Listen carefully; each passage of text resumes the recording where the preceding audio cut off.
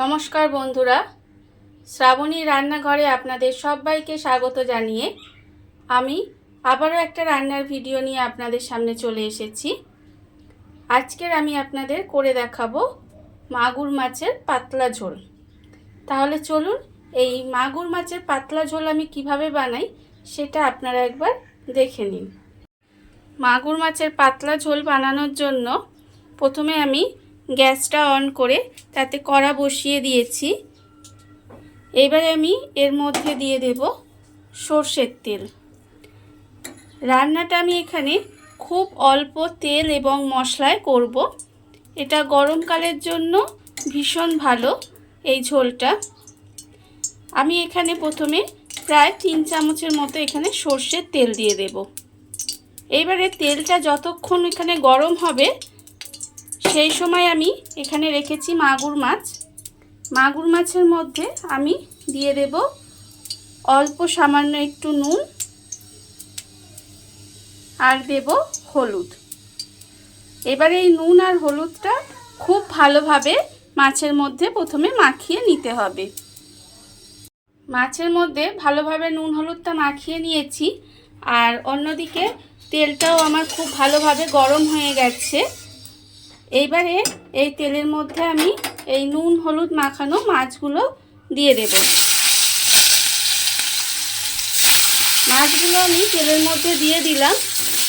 দিয়ে এবার মাছগুলোকে একটু হালকা করে এপিট ওপিট ভেজে নেব। খুব লাল করে কিন্তু মাছগুলো আমি ভাজবো না, একটু হালকা করেই মাছগুলো আমি ভেজে নেব। মাছগুলো আমি এখানে খুব কড়া করে ভাজিনি, হালকা করে আমি একটু ভেজে নিয়েছি। আর শিং মাছ বলুন মাগুর মাছ বলুন একটু হালকা করে ভেজে ঝোল করলে খেতে ভালো লাগে, বেশি কড়া করে ভাজলে খেতে ভালো লাগে না। এইভাবে আমি মাছগুলোকে আগে তুলে নেব। মাছগুলো আমি এখানে তুলে রেখে দিয়েছি। এবার এই মাছ ভাজার তেলের মধ্যেই আমি রান্নাটা করব, আর এক্সট্রা কোনো তেল আমি এর মধ্যে এখন দেব না। এবারে আমি প্রথমে দেব আলু। এখানে আমি লম্বা লম্বা করে আলু কেটে রেখেছি। আলুটা আমি তেলের মধ্যে দিয়ে দেব। আলুটা আমি তেলের মধ্যে দিয়ে দিলাম। দিয়ে এবারে আলুটাকে একটু প্রথমে নেড়ে চেড়ে 2-1 মিনিট মতো ভেজে নিতে হবে। আলুটা আমি নেড়ে চেড়ে একটু ভেজে নিয়েছি, খুব লাল করে কিন্তু ভাজিনি, প্রায় 1 মিনিট মতো আলুটাকে একটু ভেজে নিয়েছি। এবারে আমি এর মধ্যে দিয়ে দেবো পেঁপে। পেঁপে আমি এখানে লম্বা লম্বা করে কেটে রেখেছি। পেঁপেটা আমি এবার এর মধ্যে দিয়ে দেব। পেঁপেটা দিয়ে আবারও কিন্তু আমি আরেকটু নেড়ে চেড়ে ভেজে নেব। পেঁপেটা দিয়েও কিন্তু আমি 1 মিনিট মতো একটু নেড়ে নিয়েছি। এবারে আমি এর মধ্যে দিয়ে দেব কলা। কলা আমি এখানে কেটে রেখেছি, সেই কাঁচকলা, সেই কাঁচকলাটা আমি এর মধ্যে দিয়ে দিলাম। দিয়ে আবারও কিন্তু অল্প একটু নেড়ে চেড়ে ভেজে নেব। কাঁচকলাটা দিয়েও কিন্তু আমি প্রায় মিনিট খানেক মতো নেড়ে চেড়ে একটু ভেজে নিয়েছি। এইবার আমি এর মধ্যে দিয়ে দেব আন্দাজ মতো নুন। এখানে আমি আন্দাজ মতো নুন দিয়ে দিলাম।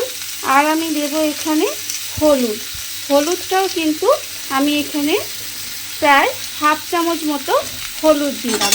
এবারে নুন আর হলুদটা দিয়ে আমাকে খুব ভালোভাবে সবজির সঙ্গে মিশিয়ে একটু কষে নিতে হবে। নুন আর হলুদটা দিয়ে খুব ভালোভাবে কষিয়ে নিয়েছি। এবারে আমি এর মধ্যে দিয়ে দেব জল। এখানে আমি সবজিগুলো সেদ্ধ হয় এরকম জল আমি এর মধ্যে দিয়ে দেব, আর একটু ঝোলও থাকবে তাই জলটা আমি একটু বেশি দিলাম। দিয়ে এবার খুব ভালোভাবে এটাকে আমি মিশিয়ে দিলাম। দিয়ে এবারে আমি এর মধ্যে দিয়ে দেব কুলপো শাক। এখানে আমি কুলপো শাক রেখে দিয়েছি, সেই কুলপো শাকটা আমি এর ওপর থেকে দিয়ে দিলাম। আর শাকটা দেওয়ার আগে কিন্তু খুব ভালোভাবে ধুয়ে তারপরে দিতে হবে। শাকটা আমি এখানে দিয়ে দিলাম। আর আমি দেব কাঁচা লঙ্কা। এখানে আমি 4টে কাঁচা লঙ্কা চিড়ে রেখেছি, সেই 4টে কাঁচা লঙ্কা আমি এর ওপর থেকে দিয়ে দিলাম। দিয়ে এবারে গ্যাসটা কমিয়ে দিয়ে একটু এইভাবে রান্না হতে দিতে হবে, যাতে সমস্ত সবজি শাক খুব ভালোভাবে সেদ্ধ হয়ে যায়। সমস্ত সবজিগুলো প্রায় আধ সেদ্ধ হয়ে গেছে। এইবারে আমি এর মধ্যে দিয়ে দেব যে মাছগুলো আমি এখানে ভেজে রেখে দিয়েছিলাম, সেই মাছগুলো আমি এর মধ্যে দিয়ে দেব। মাছগুলো আমি একটু আগে দিয়ে দিলাম, তার কারণ এই মাছগুলো একটু শক্ত হয়। মাছগুলো আগে দিয়ে দিলে মাছটা সেদ্ধ হয়ে একটু নরম হয়ে যাবে, আর সবজিগুলো খুব ভালোভাবে সেদ্ধ হয়ে যাবে। সেই অবধি আমি কিন্তু আবারও ঢাকা দিয়ে একটু রান্না করে নেব। মাছটা দিয়ে আবারও কিছুক্ষণ এইভাবে আমি রান্না করে নিয়েছি। নেওয়ার ফলে সবজি মাছ আমার খুব ভালোভাবে সেদ্ধ হয়ে গেছে। এইবারে দেখুন আপনারা, সবজিগুলো আমার সেদ্ধ হয়ে গেছে। এবারে আমি ঝোলটাকে প্রথমে ঢেলে রেখে দেব। ঝোলটা আমি এখানে ঢেলে রেখে দিয়েছি, আর আবারও কড়া বসিয়ে দিয়েছি। এবারে আমি এর মধ্যে দিয়ে দেব 2 চামচ মতো সর্ষের তেল। এখানে আমি সর্ষের তেল 2 চামচ মতো দিয়ে দিলাম। এইবারে আমি তেলটাকে আবারও একটু গরম করে নেব। তেলটা আমার গরম হয়ে গেছে। এইবারে আমি এর মধ্যে দিয়ে দেব একটা তেজপাতা,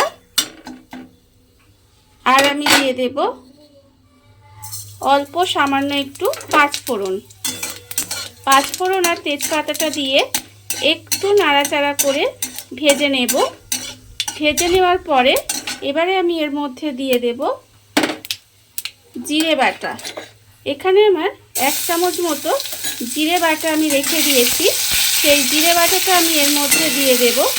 দিয়ে এবারে খুব ভালোভাবে কিন্তু জিরে বাটাটা একটু ভেজে নেব। ভেজে নেওয়ার ফলে একটা দেখবেন সুন্দর গন্ধ বেরোবে। জিরে বাটাটা আমার ভাজা হয়ে গেছে। এইবারে যে ঝোলটা আমি এখানে রেখে দিয়েছিলাম নামিয়ে, সেই ঝোলটা আমি এর মধ্যে দিয়ে দেব। ঝোলটা আমি এর মধ্যে দিয়ে দিলাম। দিয়ে এবারে খুব ভালোভাবে মিশিয়ে আমাকে আবারও একটু ঝোলটা ফুটতে দিতে হবে।